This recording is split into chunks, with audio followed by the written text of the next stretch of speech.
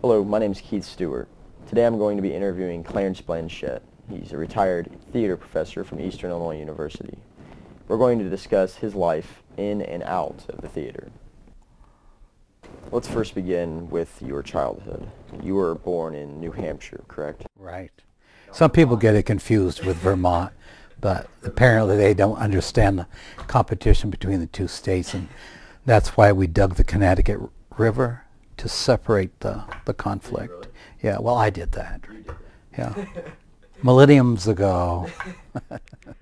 Now, that being a time period and a setting both removed from ours right now, currently, what was it like growing up in New Hampshire?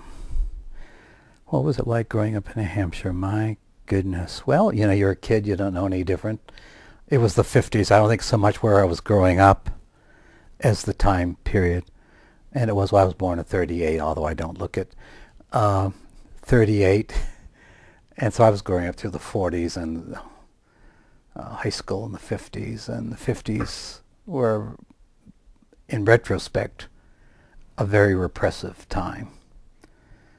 We didn't know it because we're growing up in it, and you're supposed to conform. You conform, and you don't know you're conforming, and those are the values of the world around you. Fortunately, it was a small town, so it wasn't real bad, but it was sort of repressive, and the kind of family I came from was very blue collar. There's nothing wrong with blue collar, good, honest, decent people, but not really an imagination for anything beyond making money, doing your duty, going to church. It was that kind of reality. Your immediate family, being your father, your mother, and then you had just one sister, you weren't close with any of them, is that correct? No, not really. I was close to my mother up till maybe 10 or so, something along that line. And then when I began to get a mind of my own, we kind of had a parting of the ways in the sense of I just got quiet. I just got quiet. Now, kind of pushing ahead to when you were a younger man, what were your dreams? What were my dreams? My God, we couldn't afford dreams. So it wasn't really a dream. For me, it was more like, and it wasn't really duty either, but perhaps coming closer to duty than dreams. That you grew up with this kind of a sense that you had to do good, you had to do well, you had to accomplish, you had to strive for excellence. Very idealistic. And how did you get into theater? I always was driven by a theatrical impulse. That's how I describe it. Even like in 4th grade, I can remember, my God, how awful it must have been. But I'd get couple of my friends and we put on a little play about Columbus discovering America, and guess who Columbus was? Me.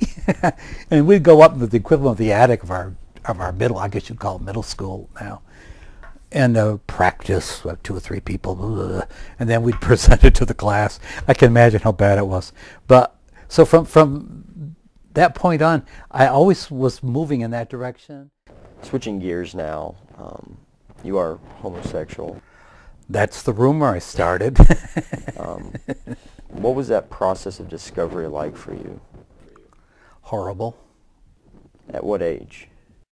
Well, if you could even... consciously. Yeah. It certainly was there all along. I think consciously was late 20s. That's when I really feel I was having a nervous breakdown. A working nervous breakdown. I taught, I did my duty, I did all that. But my sense of horror from the inside was, I would say it was the worst period of my life, certainly. You directed the first show in Downton, correct? Yeah. What was it? Yeah. Arsenic and Old Lace. It's perhaps my favorite comedy. I just think it's so well written and so much fun. You're now retired. Looking back on your career, what were some of your personal highlights? When we were doing Seduce, this is a show that went to the Kennedy Center. when we took it up to the U of I for competition, and we're in the big theater, whatever it is, and I had debated whether to use a curtain or not, because we had originally done it in our studio theater, or what we called the playroom, so the audience would see it right from the beginning. And just I thought, well, maybe that's playing low to use a curtain. But I decided, yeah, I'm going to use the curtain. So we used the curtain. Well, when the curtain came up, there was applause, and I knew it was for me.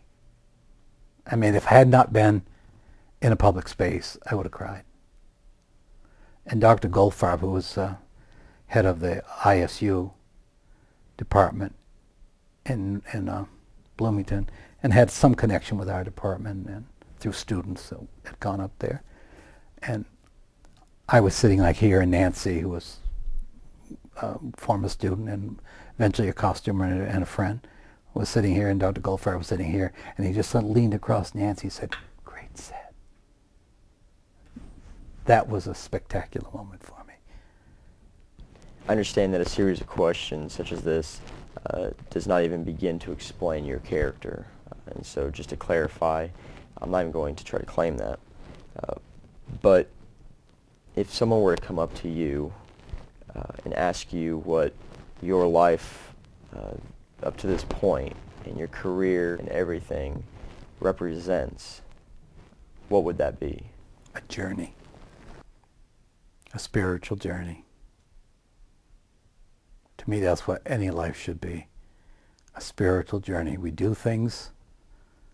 We have avenues of expression within that journey, but it's still a journey. Mr. Blanchette, thank you again for your time and for sharing your experiences with us today.